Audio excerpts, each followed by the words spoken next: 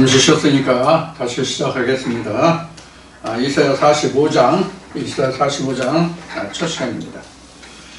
이사야 45장은 44장 말미에 나왔던 것 같이 이제 고레스가 등장하는 그런 말씀이 되겠습니다.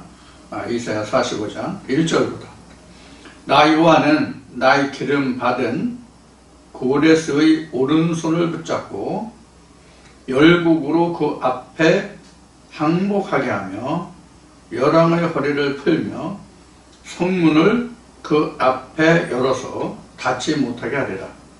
내가 고레스에게 이르기를 내가 내 앞서가서 험한 곳을 평탄케 하며 놋문을 쳐서 부수며 새 빗장을 꺾고 내게 흑암 중의 보화와 은밀한 곳에 숨은 재물을 주어서 너를 지명하여 부른 자가 나 여호와 이스라엘의 하나님인 줄 알게 하리라.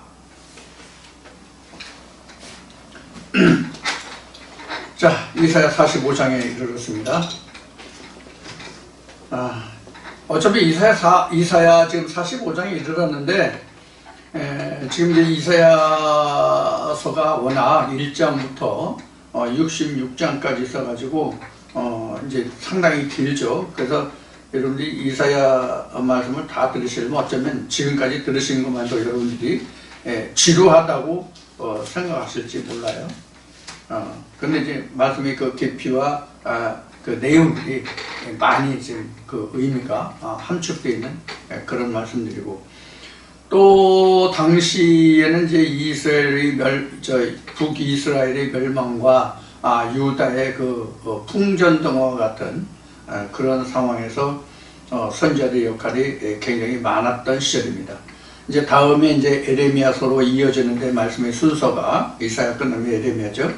에레미야서도 자그마치 이제 52장인가까지 있어서 상당히 내용이 풍성한 그런 말씀이 되죠. 그래서 에레미야, 사실 이사야보다는 에레미야 때가 그 유다의 멸망에 대한 그 내부 핵심을 들여다볼 수 있는 그런 말씀들이 오히려 에레미야서가 더 아마 깊이 들어있지 않을까 하는 그런 생각을 해봅니다.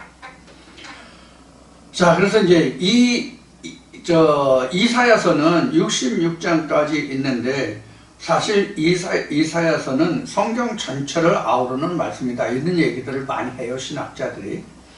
그래서 이스라엘 타락부터 이스라엘 그 재건까지를 기록하고 있기 때문에 우리 그 신앙생활하는 우리 현대의 사람들이나 또 이때 당시를 살아냈던 당시의 유다나 이스라엘 사람들에게 많은 경각심을 불러일으켰던 그런 말씀이 아니었나 싶어요.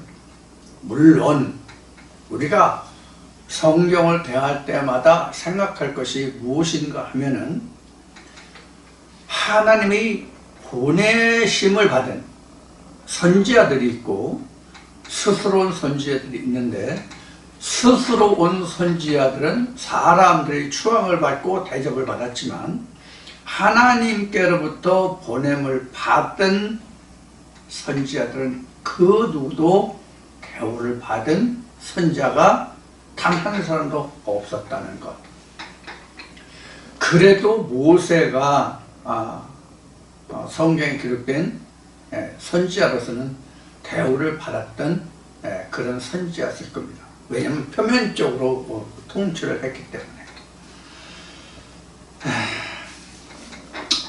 그래서 사실 그 성경을 우리가 상고하다 보면, 그래서 제가 여러분들에게 드린 말씀을 기억하신다면 아시겠지만, 이 성경이 누가 누구에게 한 말이냐 하는 얘기, 신학적으로는 이 성경을 이사야서는, 예를 들어 이사야 하니까 이사야서는 누가 썼고 언제 써졌고 누구에게 보낸 편지냐, 이런 이제 내용을 신학 때는 이제 배우는데 그거 다 소용없다는 얘기를 몇 번 말씀드렸죠. 그래서 사실은 가장 우리가 성경을 대할 때 중요한 것은 4개 보낸 편지라고 생각하는 것이 가장 좋습니다. 4개 보낸 편지다. 즉 하나님이 4개 지금 하시는 말씀이다. 이렇게 받아들이는 것이 제일 좋다는 얘기예요. 근데 이제 왜 신학에서 배우는 그런 것이 부질없다고 얘기했냐면 이 성경은 이스라엘 백성들에게 써진 편지가 아니라 이스라엘의 종교 지도자들에게 하신 말씀이거든요. 사실은 왕들과 제사장들에게 한 말씀이에요. 그래서 앞에 방백들 이런 얘기 많이 들었죠. 그게 다 바로 그런 이스라엘의 지도자들에게 한 말이거든요. 이게. 근데 이제 지금 이제 많은 교회들에서 신학에서 이런 말씀들을 빌어서 이스라엘 백성들이 말을 안 들었다 이런 식이 돼요. 이제 총괄적으로 말하면 이스라엘 백성들이 말을 안 듣고 이스라엘 백성들이 잘못된 것이 아니라 이스라엘의 목회자들이 잘못된 거예요. 오늘 얘기면 목사들이 잘못하고 있다 그런 얘기예요. 그래서 모든 말씀이 이렇게 기록됐다는 것을 우리가 생각해야 됩니다. 그래서 이제 지금 45장 1절에서 지금 고레스가 나왔기 때문에 이 얘기를 하는 거예요. 고레스를. 자, 고레스를 앞 시간에도 잠깐 44장 말미에 고레스가 나왔기 때문에 44장은 나의 목자라고 했죠. 고레스를 나의 목자 이렇게 했죠. 사실 고레스는 하나의 목자가 아니에요. 페르시아 왕이에요. 페르시아 왕이라고.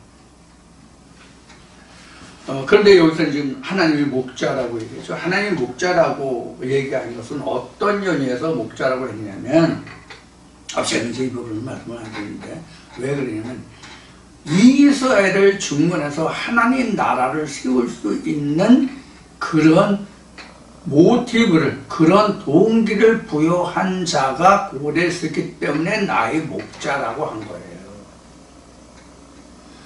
그래서 앞 시간에 말씀드리기를 그럼 지금 우리 현재 입장에서 이 고레스라는 것이 그럼 고레스라는 사람이 무엇이냐 한 거예요. 이때 당시는 고레스가 페르시아의 한 왕, 바사의 왕으로 세워진 사람이지만 지금은 각자에게 하나님의 말씀을 세울 수 있는 주축들이 되는 그 역할을 하는 그 말씀이 지금은 고레스라고 봐야 된다는 얘기를 그래서 하는 거예요. 그러면 고레스는 사실상 역사적으로 보면은 페르시아 왕이잖아요. 바사 왕이잖아요. 성경으로는 바사 왕이잖아요. 실제는 이게 페르시아예요. 역사 중동 근대사를 보면 페르시아가 나오죠. 페르시아. 이 페르시아 왕의 초대 왕이 이제 바사 고레스인데 우리 현재로 보면 그럼 각자로 보면 뭐냐면 하나님의 말씀을 붙들고 그 하나님의 나라를 중건하는 그 시작. 그러니까 그 상황으로 보면은 가장 강력한 패권국이죠. 그때 이제 그때 당시로 보면 그 페르시아가 그래서 패권국의 왕이에요. 패권국의 왕이라고 패권국이라는 것은 지구촌에 예를 들어서 10나라가 있으면 100나라가 있으면 그 모든 나라들의 경찰 국가로서 그 질서와 그 모든 법을 확립할 수 있도록 지켜갈 수 있도록 그 통치를 하는 그런 주권 국가가 바로 패권국이죠. 오늘날로 얘기하면 이제 미국이 패권 국가죠. 성경은 패권 국가가 다니엘서에서 말씀하고 있는 네 나라의 그 패권국 위에는 뭐가 있었냐면 맨 앞에 사실 패권국이 어느 나라가 패권국이냐면 이스라엘이 패권국이었어요. 그 패권국으로서 가장 왕성한 시대가 솔로몬 왕 때였어요. 패권국으로 세워질 수 있었던 것은 다윗의 공로예요. 하나님의 패권국을 세울 수 있게 하고 패권국으로서 최대의 성대한 시절을 왕성한 시절을 보냈던 시절이 바로 솔로몬 왕 때예요. 그러다가 역사가 흘러서 하나님 나라가 분열이 되고 그래서 그때 당시에 하나님 나라가 패권국으로서 쇠하고 아수르가 사실은 패권국으로 들어섰다고 봐야 돼요. 그 다음에는 성경 우리가 이제 더러는 아람이라고 하는 그 말이 나오는데 아람을 아수르로 보면 됩니다. 그리고 이런 이제 그 아수르가 패권국으로 역사하다가 그 다음에는 이제 다니엘서에 와가지고 그 네 진승으로 표현된 패권국이 있었죠. 그래서 첫째의 패권국이 이제 바벨론이었고, 그 다음에 이제 메대와 바사, 그 다음에 이제 메대와 바사, 그 다음에 이제 헬라가 있었고, 그 앞에 그 다음에 헬라가 있었고, 메대와 바사가 있었고, 그 다음에 이제 철과 그 흙으로 된 시대로서 이제 로마 시대가 있었죠. 이렇게 이제 패권국으로 와서 열 나라가 흙의 열 나라가 되면서 로마가 분열이 돼서 현재 유럽으로 변화가 됐고, 그것을 통해서 현재는 패권국이 되는 미국이 됐죠. 앞으로는 지금 뛰인 돌 시대가 오면은 다시 성경의 원점으로 돌아서 이스라엘이 패권국이 됐던 것과 같이 그런 패권국으로 이제 그 나라가 다시 재편될 것입니다.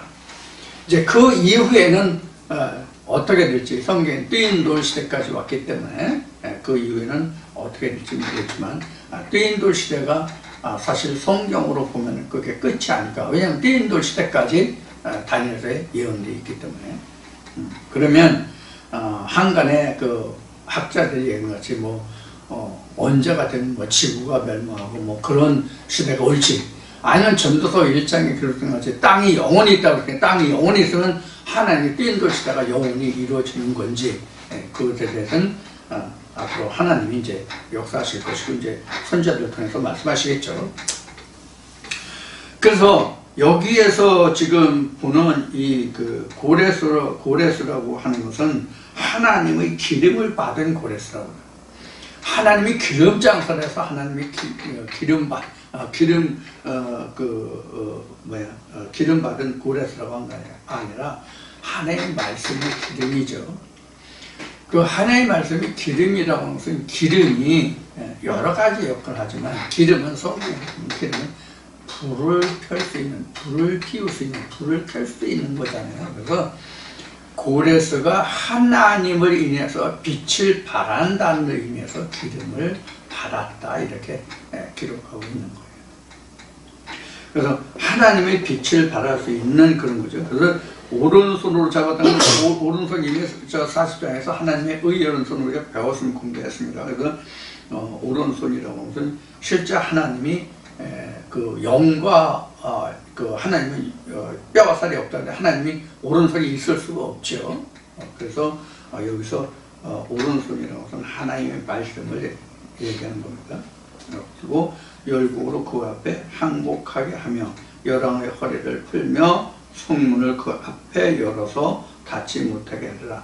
내가 고레스에게 이르기를, 이렇게 했어요. 그러니까 하나님이 하실 일들을 이렇게 이제 말씀하고 계시는 것이죠. 열왕의 허리를 푼다고 하는 것은 앞 시간에도 얘기했지만 허리는 힘의 원천이거든요. 힘의 원천. 그래서 힘을 제한다는 얘기예요. 힘을 제한다. 우리가 고레스가 그 각자의 마음에 세워지면, 즉 하나님의 나라를 재건할 말씀이 하나님의 나라를 내게서 형성할 그런 말씀이 세워지면 모든 내 안에서 역사했던 열 왕들이 다 허리를 풀게 됩니다. 물론 누가 맨 나중에 허리를 풀게 될지는 모르죠. 어떤 왕이. 예를 들면 이스라엘 백성들이 출애굽을 해서 가나안 땅을 정복해 나갔잖아요. 가나안 땅을 정복해 나갔는데 맨 먼저 멸망한 족속이 있는가 하면 맨 끝에까지 남아서 요사를 부렸던 족속들이 있잖아요. 똑같다고 생각하시면 돼요. 그래서 우리가 죽을 때까지 믿음을 게을리하면 안 된다고 사도 바울은 말하고 있는 거예요. 그래서 내가 십자가한테 매일 죽는다, 나는 뭐 장사시 된다, 뭐 한다는 얘기를 그래서 한 거예요.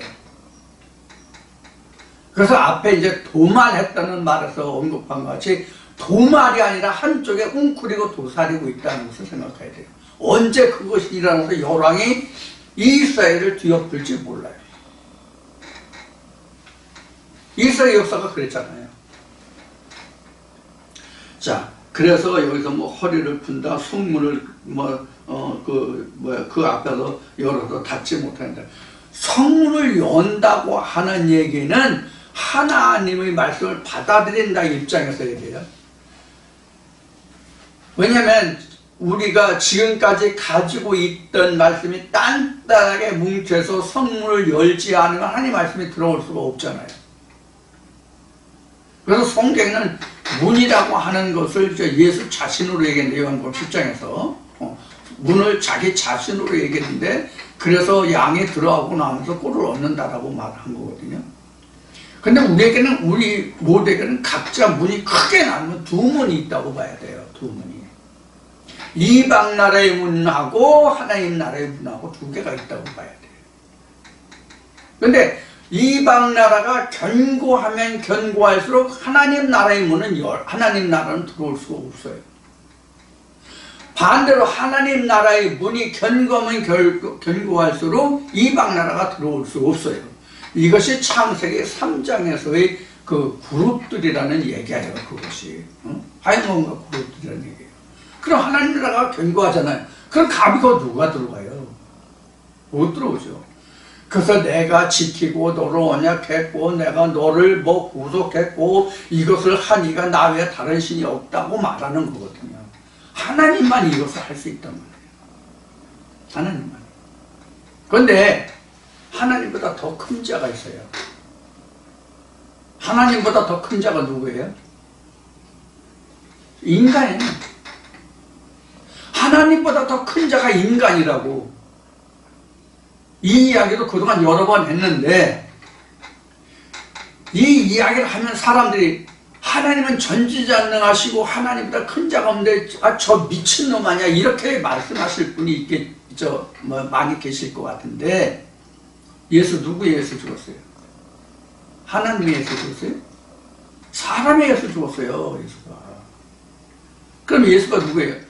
오늘날 하나님의 아들이다 신이다 하라고 하잖아요. 세상 사람들도 예수를. 그럼 예수가 커요? 사람이 커요? 바리새인들이 커요? 하나님이 커요? 바리새인들이 크잖아요. 바리새인들이 예수를 죽였잖아요. 누구의 손을 빌어서? 이방인의 손을 빌어서.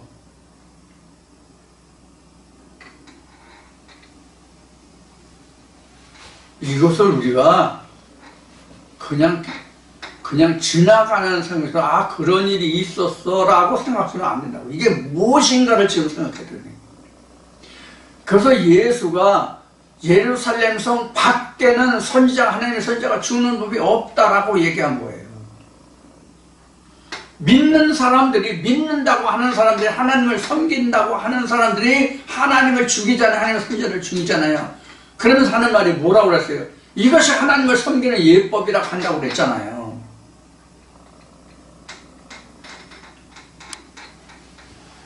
그래서 그런 모든 왕들의 허리띠를 풀게 하고 즉 힘을 못 쓰게 한다는 얘기예요.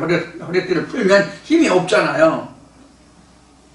특히 배가 꺼지면 꺼지도 배가 고프면 고플수록 허리띠를 졸라매야 내가 힘을 쓸 수 있잖아요.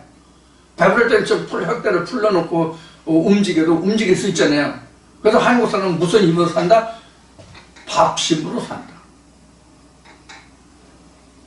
그런 얘기를 하는 것 같이 지금 여기서 허리띠를 풀다는 것을 무장해제 시킨다는 얘기예요. 그러니까 하나님의 말씀이 내 안에 들어와서 성령이 교회라는 말씀이에요. 무조건 하나님의 말씀이라고 하니까 누구나 어느 교회에서나 하는 말씀이 하나님의 말씀이라고 해서 그 말씀이 들어오면이 아니라고. 이게 우리가 그래서 이게 말하기 힘든 거예요, 이게. 이런 부분이. 왜? 언어가 통일되어 있지 않기 때문에. 이것도 저것도 다 뭐 하나님 말씀이라고 단해서 얘기하면, 교회 단해서 목사가 얘기하면 그걸 다 하나님 말씀이라고 얘기하니까. 그게 아니라 정확하게 얘기하면 성령이 교회에 들어가시는 말씀이 이렇게 되는 거죠. 성령이 교회에 들어가시는 말씀을 내가 듣고 보고 깨달으면 그 말씀이 고레스가 되어서 그동안 내게 왕노타던 왕노타던 모든 것들의 그 허리띠를 풀러버리게 된다. 그럼 사실 주저앉는 거예요. 그동안 단단히 매었던 허리띠를 풀면 주저앉는 거라고. 그냥 허리띠를 푸는 것으로 그냥 끝나는 게 아니야, 사실은. 그 말씀이 주저야 새로운 말씀이 되는 거예요. 그래서 이 말씀이 뭐가 같다고요?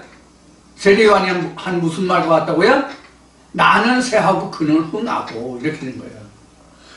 허리띠를 풀렸다는 것은 새했다는 얘기란 말이에요. 힘을 못 쓴다는 얘기거든요. 그래서 그동안 내가 거짓이라는 것이 앞에 44절 25절에 나오는데, 이 거짓 증거들, 거짓된 말씀들이 허리를 풀려야 그 말씀이 힘을 못 쓰잖아. 그래야 하나님의 말씀의 문이 열린다고. 그럼 그 문을 예수만 열고 닫아야지. 닫으면 열 자가 없고 열면 닫을 자가 없다는 이 말씀과 같이 그런 의미가 지금 여기에서 풀며 문을 그 앞에서 열어서 닫지 못하리라, 이런 말씀이 되는 거예요. 하나님의 말씀이 한번 들어오면 계속 문은 열려 있어야 돼요. 닫으면 안 돼. 그 문은 다시 닫히면 안 되는 거예요. 진리 성의 문은 한번 열리면 닫히면 안 된다고. 그럼 언제 닫히느냐? 아버지의 보좌에 가야 닫혀. 그럼 닫힌다는 뜻은 뭐냐? 하나님의 일이 끝났다는 얘기예요. 내가 아버지 보좌에 가야만 하나님의 일이 끝나는 거지. 그때 닫히는 거예요. 그 전에는 닫히면 안 돼요. 그러면 고레스 왕 이전으로 돌아가는 거예요. 고레스 왕 이전으로 돌아가는 거라고. 바벨론인지 헬라인지 어디 몰라. 아수르인지 애굽인지 어딘지 모른다고. 그러면 어느 왕인지 모른다고. 이 안에 지금 얘기한 것 같이 지금 애굽 왕도 있고 이 영적으로 하면요, 영적으로 하면 바사 왕도 있고 지금 헬라도 있고요. 다 있어요. 왕이. 모든 왕들이 각자 안에 다 있다고. 지금 말씀들이 그런 역할을 하는 거거든요. 예를 들어서 아수르가 북이스라엘 사람들을 데려다가 아수르 지방에 보내고 아수르 사람을 북이스라엘로 들어서 혼혈 정책을 썼잖아요. 이것을 오늘날 우리가 양떼라는, 하나님의 백성 양떼라는 의미로 설명하면 이 교회 저 교회 말씀과 하나님의 진리 말씀과 서로 바꾸어서 그것을 한 말씀으로 만들어면 이게 혼혈이에요, 지금 우리에게는요. 그것도 하나님의 말씀, 이것도 하나님의 말씀. 그거 이렇게 하면, 저거 이렇게 하면, 이렇게 되면 이게 바로 뒤집지 않는 전병 혼잡된 거고요. 그것이 바로 지금 이야기한 지금 혼혈 정책이 된다. 그래서 하나님의 것과 벨리알이 함께 합할 수 없다는 것이 바로 이런 얘기란 말이에요. 이거 굉장히 조심해야 되거든요. 그래서 우리가 하나님의 진리 말씀이 내게 오늘 고레스가 나왔으니까 하나님의 말씀이 정말로 내가 바로 깨달아서 한 말씀이라도 바로 세워졌으면 예수가 베드로한테 너도 떠나려느냐라고 얘기했을 때 영생의 말씀이 죽게 있었는데 내가 어디 가겠느냐고 하는 신앙 고백이 나와야 된다고. 오늘날도 우리가. 그래서 우리가 혼잡된 거예요. 뒤집지 않은 전쟁이 되는 거예요.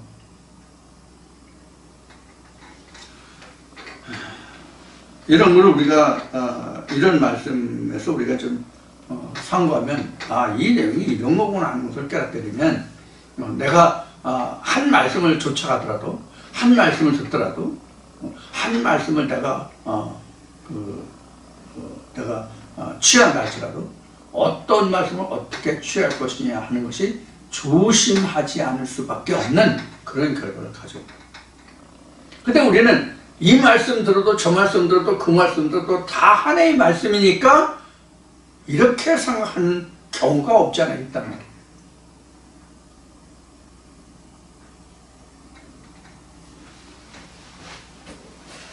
이것이 이제 쉽게 얘기하면 어느 얘기와 같으냐면 꼭 너만 하나님 말씀을 하느냐 다른 사람들도 하나님 말씀만 한다.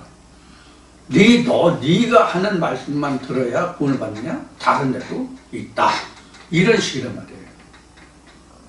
근데 우리가 성경에서 이런 부분에 대해서 우리가 고쳐야 할 것이 뭐냐면 하나님이 한 세상에 선지자를 2 이상 보내지 않았다는 것에 우리가 주목해야 된다. 그럼 왜 하나님 많은 선지자를 보내면 좋은데 많은 선지자를 보내면 여기저기서 하나님의 복음을 증거해서 좋은데 왜 한 시대에 한 선지자만 보냈냐? 그 답은 바로 말라기에 있어요. 거룩한 시 그리고 내가 여기 있다 저기 있다 하지 않게 하기 위해서 하나님 질서의 하나님에 대한 얘기를 우리 많이 하잖아요. 그래서 이스라엘에게 모세에게 말씀하실 때 선자를 하나뿐이 안 준다고 형제 중에 하나만 세운다고 성경은 기록하고 있는 거예요. 이런 얘기를 하면은 그러면 너만 저게냐 이렇게 나오기 때문에 이 얘기가 하기가 참 이게 껄끄럽고 이게 어렵다고 그래서 오해하니까. 그래서 지금 얘기한 한 선지자만 보낸다고 그랬잖아요. 지금 여러분들에게 가장 먼저 한 말씀이 세워지는 그 말씀이 여러분들에게 역사되는 한 선지자예요. 한 사람이에요. 내게 내가 보내는 한 선지자가 내 앞에 있을 것이다. 이 말씀을 하는 거예요. 그 선지자가 고레스가 되는 거예요. 거기서부터 나의 예루살렘이 재건되고 중건된다고. 옛날 성경 다 헐어버리고 3일 만에 세워지는 예루살렘이 중건된다고. 그런 얘기를 하는 거예요. 자, 그래서 2절 말씀은 내가 내 앞서 가서 험한 것을 평탄케 하며 이것이 전형적으로 엘리야의 대신으로 온 세례 요한이 한 말이에요. 평탄케 하려 왔다. 내 뒤에 오시는 이를 위해서. 그래서 고레스가 지금 평탄케 하는 자의 역할을 하고 있다고 지금 여기서는. 그래서 지금 우리에게는 그런 고레스가 뭐냐라는 것을 말씀드린 거예요. 이 말씀을 듣고 여러분들 마음속에 지금 새로운 예루살렘을 세워가고 있다면 여러분들은 고레스가 이미 있는 거예요.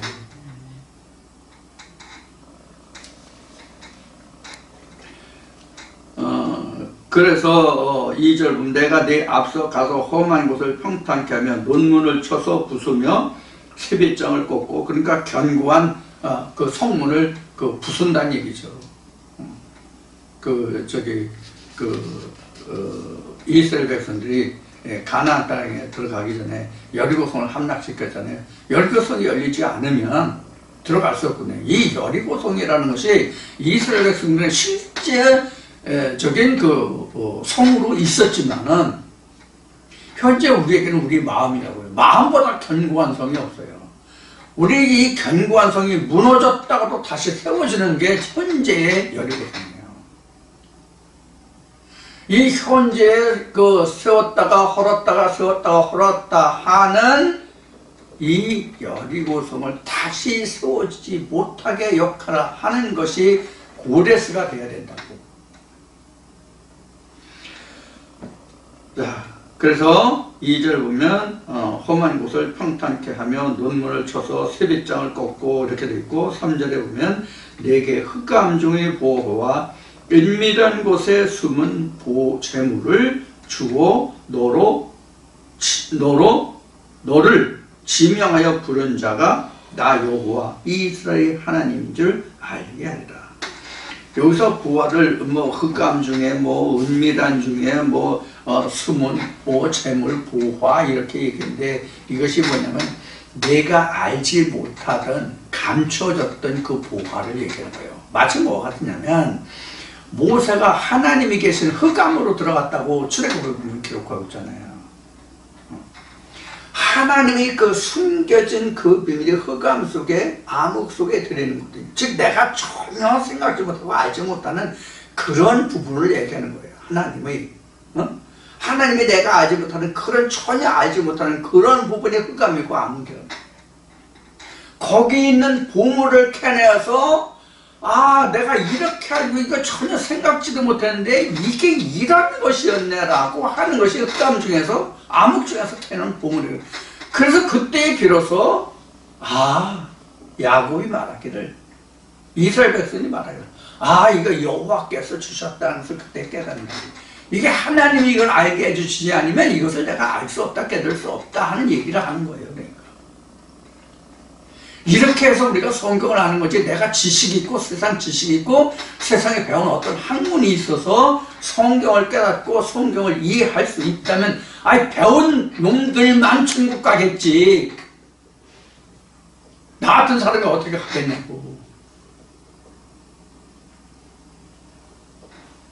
만나는 사람들이 나 별 볼 없는 사람이라고 하면 그렇지 않아요. 뭐 이래 제 친구들 중에도 그래요. 제 친구들 중에서도 뭐 당신 같은 사람이 아니면 뭐 이렇게 뭐 글을 쓰고 이렇게 표현할 사람이 없고 얘기할 사람이 없다고 얘기하는데 그게 나로 인해서 그런 게 아니라 내 속 사람을 인해서 그게 있는 거거든요.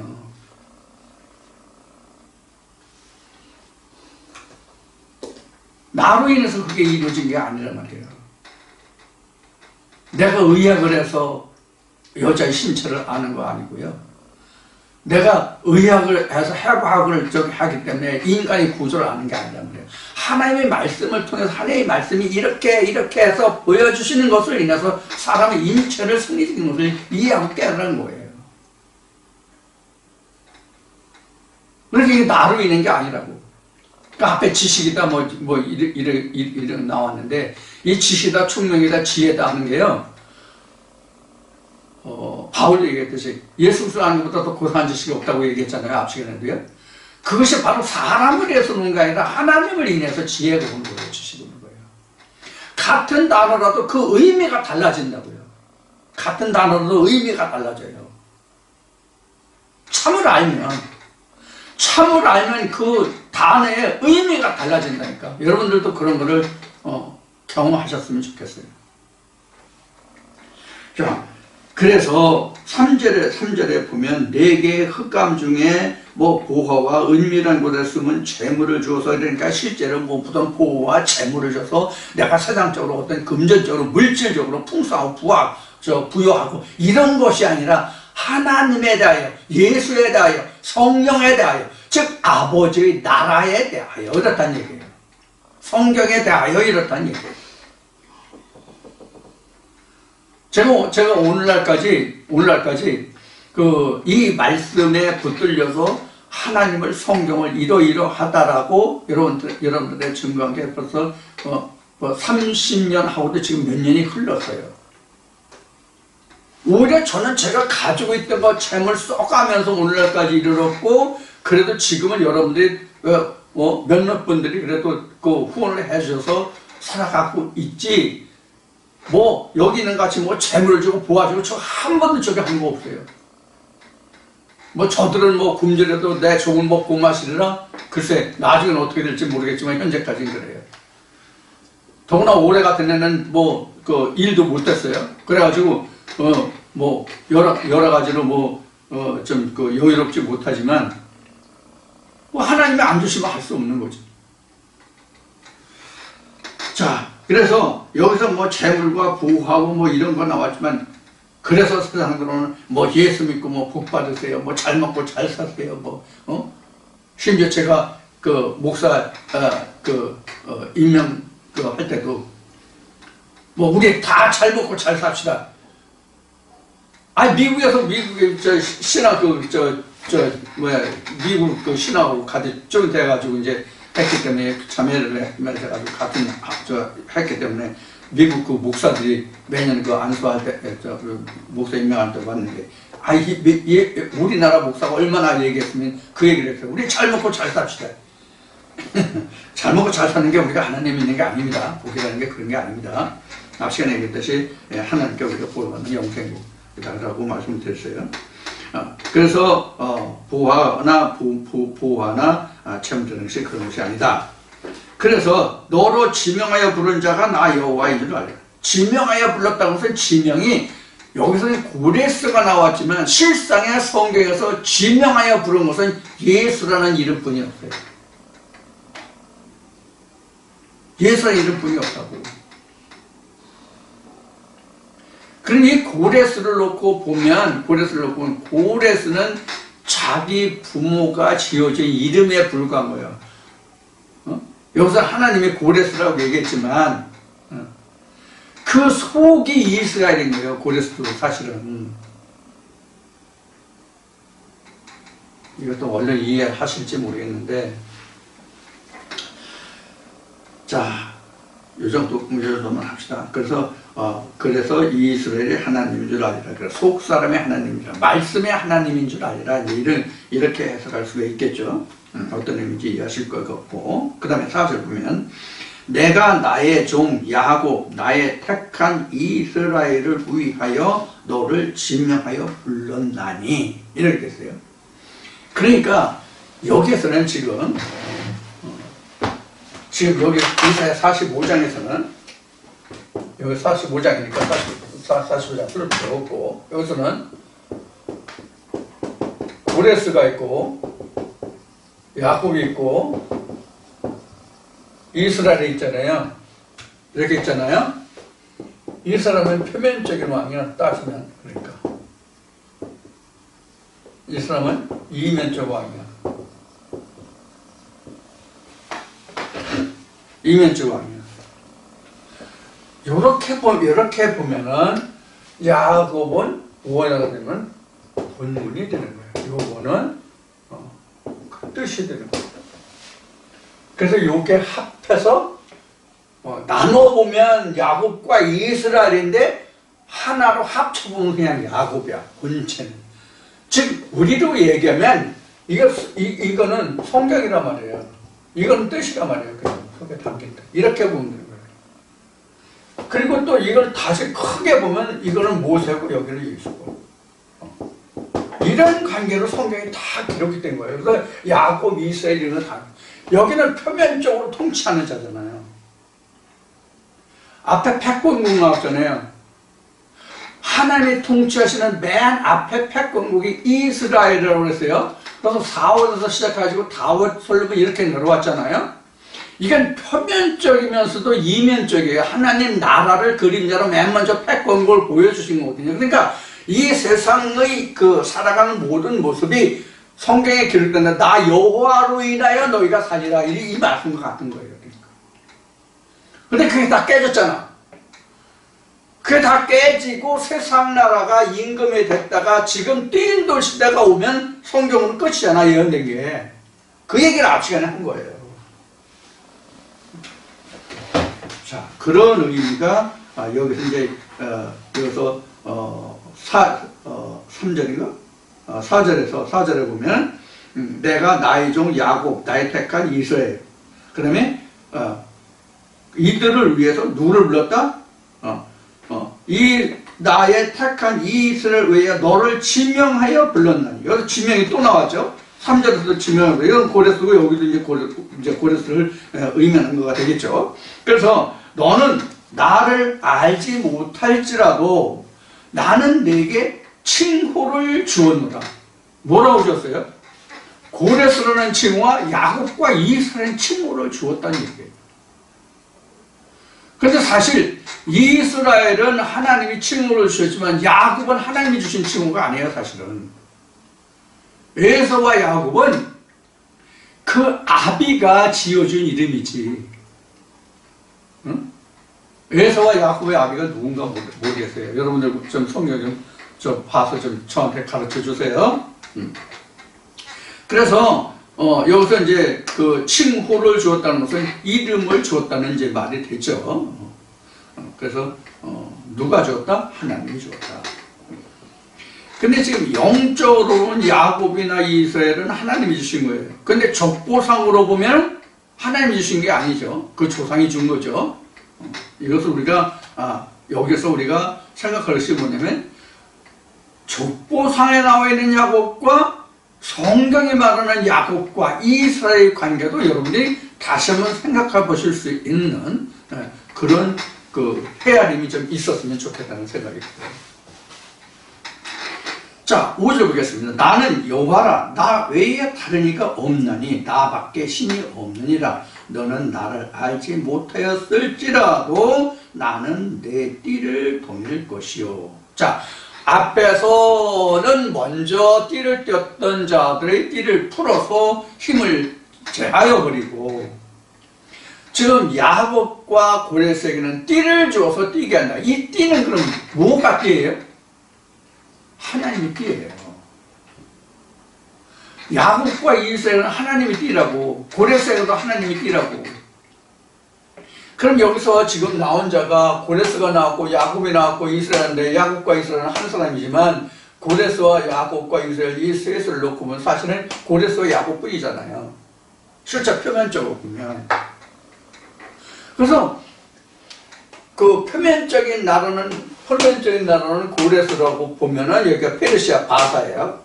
근데 그 백성된 자들이라면, 백성된 자들 중에서 고레스의 통치를 받는, 이렇게 본단 말이에요. 자, 그러면 그 나라가 지금 바사예요, 이스라엘이에요? 바사잖아요.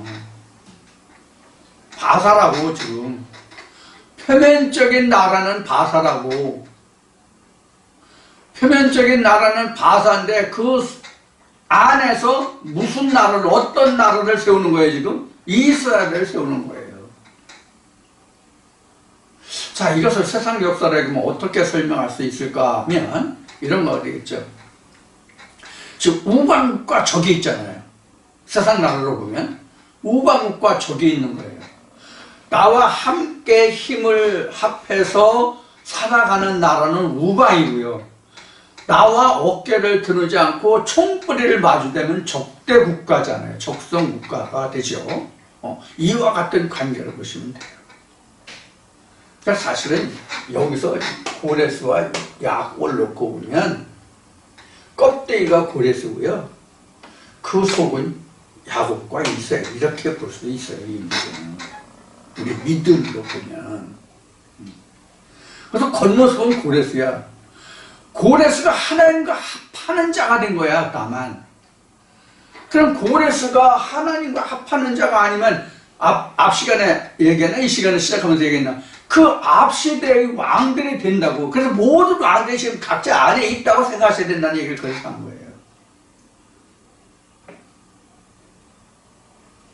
내가 하나님의 말씀을 땅에 놓으면, 즉 모세의 지팡이 내 손에서 놓지 마라. 지팡이를 놓으면 뱀이 된다.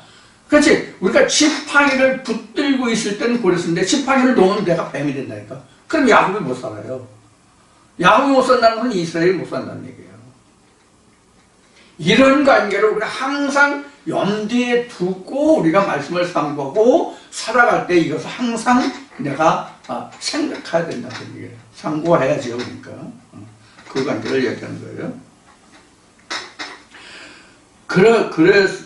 그렇게 해서 다른 이가 없다, 다른 신이 없다 하는 것을 내가 깨닫는 거예요. 하나님이 나 외엔 다른 신이 없다 이것이 아니라 내가 자각하는 거라고. 시간에 이것도 얘기했으니까 더 설명하지 않겠습니다.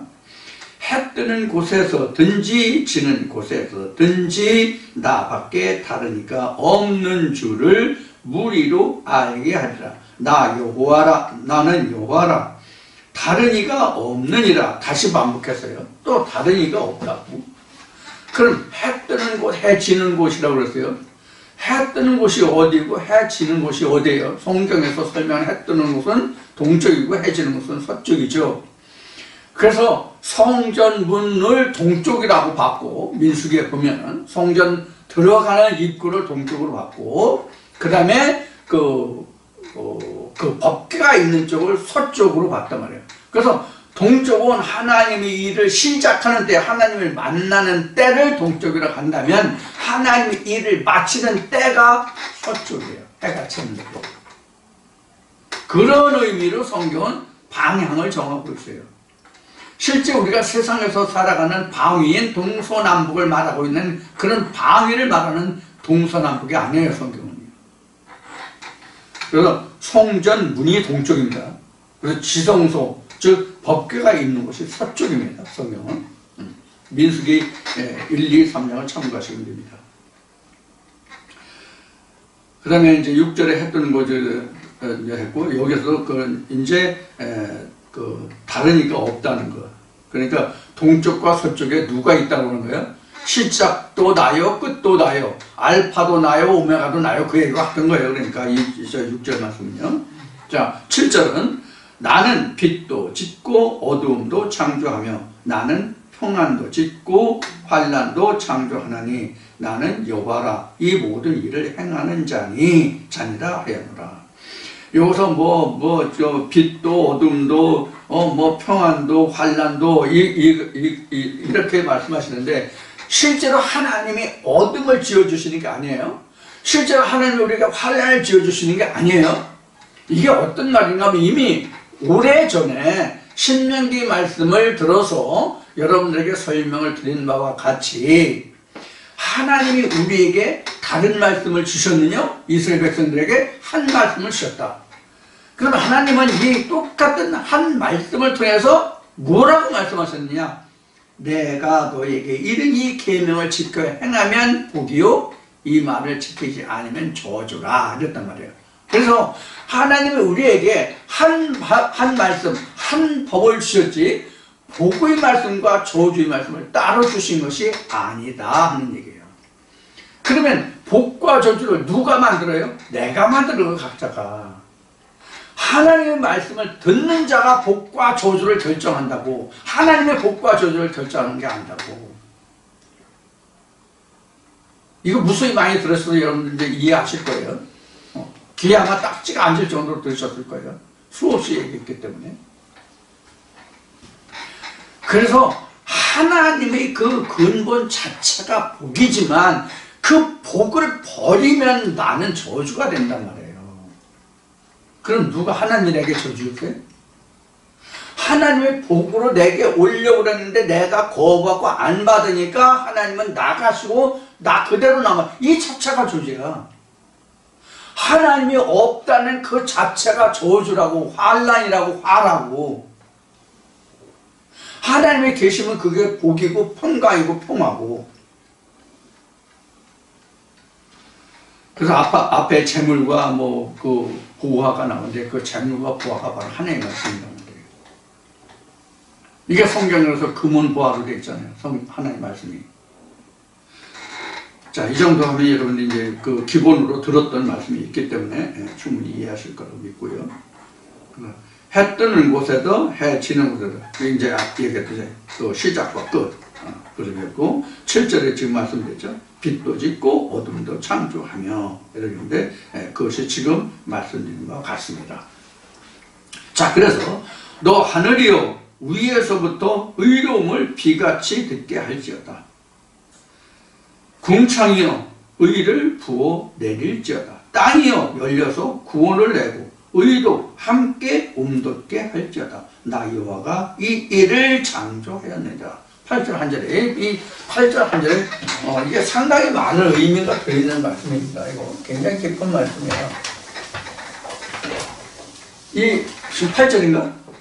8절 이 말씀을 지금 이제 봉독했는데, 이 8절 말씀을 들으시면서 여러분들 딱 생각나는 게, 떠오르는 게 뭐가 있습니까? 예? 뭐가 있습니까? 이게 뭘 지금 8절에서 기록하고 있는 이 말씀이 바로 뭐냐면 성전이에요. 성전의 세 부분이라고. 하늘이요. 나오죠? 너 하늘이요. 위에서부터 의를 비같이 듣게 할지어다. 궁창이요. 의를 부어 내릴지어다. 땅이요 열려서 구원을 내고 의도 함께 부르. 그러니까 뭐예요? 다 이거다잖아요. 자, 봅시다. 자, 봅시다. 8절. 하늘이여, 너 하늘이여, 하늘이여. 그 다음에 뭐 나왔어요?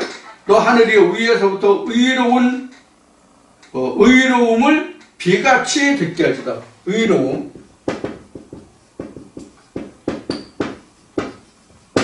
비같이 듣게 할지어다. 그 다음에 궁창이여, 의를 부어 내릴지어다. 궁창이여.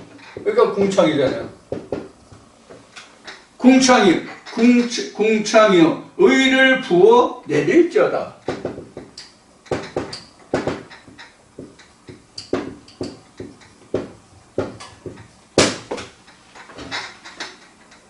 자, 그 다음, 그럼 봅시다. 땅이 열려서 구원을 내고, 이게 땅이잖아요.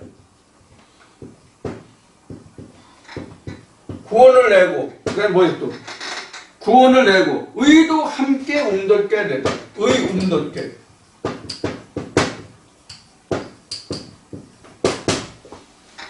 움덮게 할지어다. 나 여호와가 이 일을 창조하였느니라. 이 전체를 여호와가 뭐였다? 창조했다. 이런 얘기잖아요.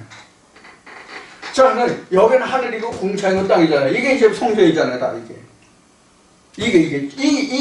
이것이 다 이루어지면 이게 뭐예요? 천지 창조가 완료되는 것이죠. 천지 창조가 끝이 되는 것이죠. 이 세 가지가 이와 같이 다 이루어지면. 이게 나잖아요. 가짜잖아요. 응? 이게 가짜잖아요. 자, 그래서 여기 요 둘이 요 하늘과 궁창을 우리로 보면 뭐냐면 이게 우리 마음이라고, 하나님 말씀을 담고 몸이 되는 여기가 마음이라고. 이게 이제 육신이고요. 그러니까 여기가 고레스가 된다면 여기는 야곱이고 여기는 이스라엘이 되는 것이죠. 그래서 이스라엘이 야곱으로서 이스라엘이 완성이 되고 고레스는 전체 이게 되는 거지. 이게 앞에 이긴 거지. 이 전체가 고레스가 되는 거죠. 그래서 이 하나를 다스리는 거예요. 자, 그러면은 의를 비같이 내린다. 의를 비같이 내리는데 하늘의 비가 어디로 와요? 궁창에 내려. 궁창이 어디로? 땅으로 와요. 하나님 말씀이 이렇게 역사되잖아요. 우리가 이걸 표면적으로 얘기하면 진리의 말씀이 풀리면 내 마음에서 깨달아요. 내 마음에서 깨달으면 내가 알게 돼. 내가. 각자가 내가 알게 돼. 그래서 이 사람이 증인이 되는데 앞에 얘기한 것이 이 사람이 증인이 될 수 있는 것은 이렇게 역사가 이루어져서 내가 인식하는 자, 인지하는 자가 되기 때문에 그래요. 그래서 하나님의 생명의 말씀을 우리는 의라고 그러거든요.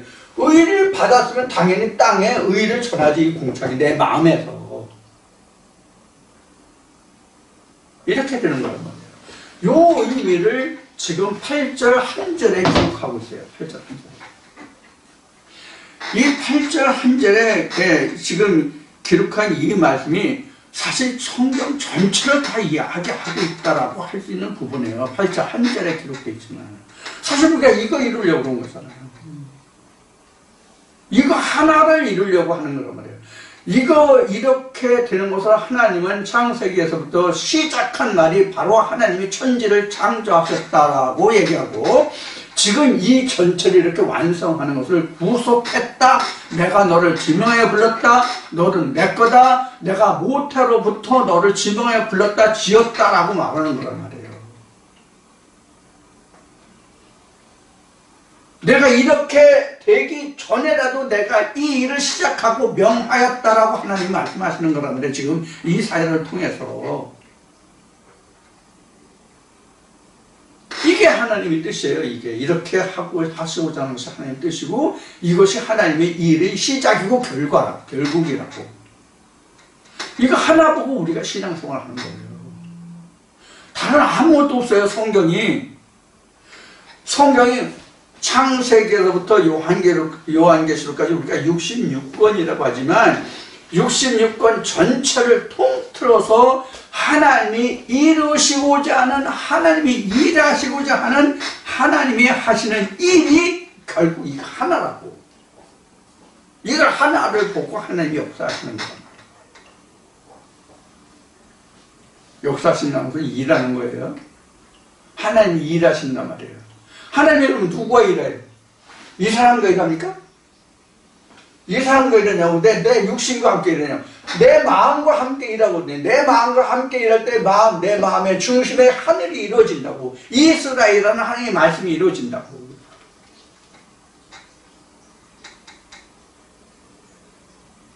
그럼 내 마음도 뼈와 살이 없잖아요. 하나님의 말씀, 하나님도 영이시니 뼈와 살이 없잖아요. 그러면 이 뼈와 살이 없는 마음과 하나님이 일할 수 있는 그 증인을 세울 수 있는 게 뭐예요? 내 육체라고. 그래서 내가 너를 지명하여 불렀다라고 얘기하는 거라면 뭐로 이거로 이태수를 지명하여 불렀다는 얘기가 아니란 말이에요. 여기서는 고레스라는 이름이 나오긴 했지만 이태수를 지명하여 불렀다가 아니라 이 속사람을 지명하여 불렀다. 이건 창세전에 있던 하나님의 이름이잖아. 예수라는 이름이잖아. 성령이라는 이름이잖아요.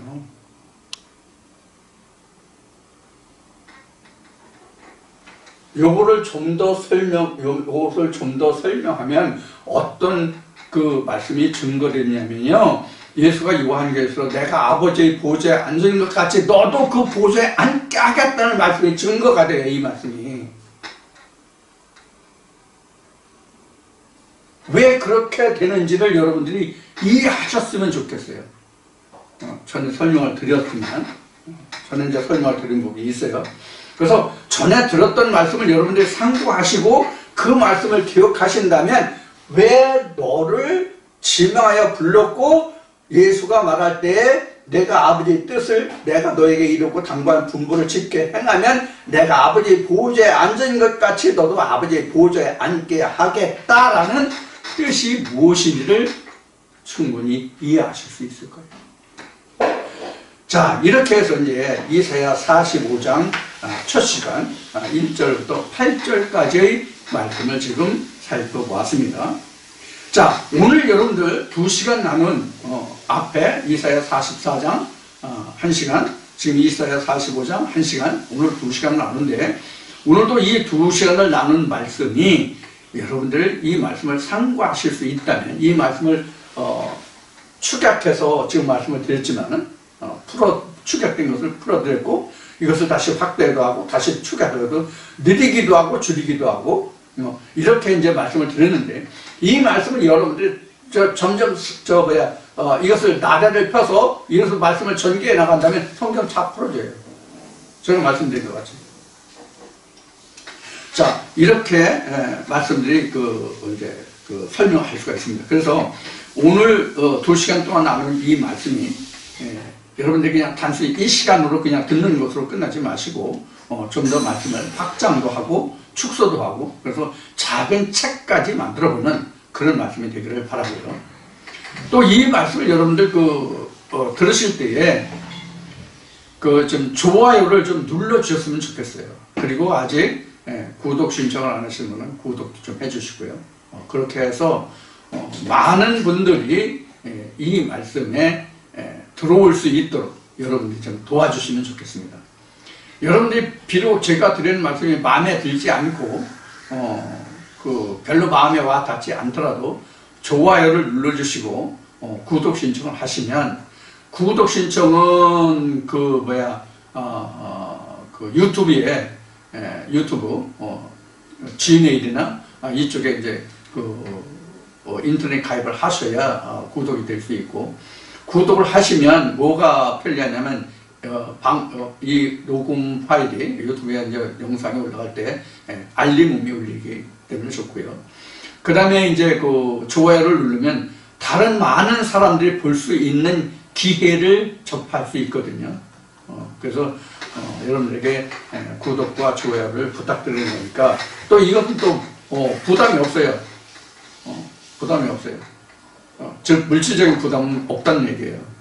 그 혹시 구독 신청을 하거나 좋아요를 누르면 돈이 들어갈까봐 걱정하셔가지고 못하시는 분들도 없지 않아 계신 것 같은데 그런 게 아니에요. 그러니까 여러분들 꼭 저를 도와주시는 입장에서 또 하나님의 일을 함께하는 그런 입장에서 구독과 좋아요를 많이 표현해 주시면 고맙겠습니다. 감사합니다. 다음 주에 다시 뵙겠습니다.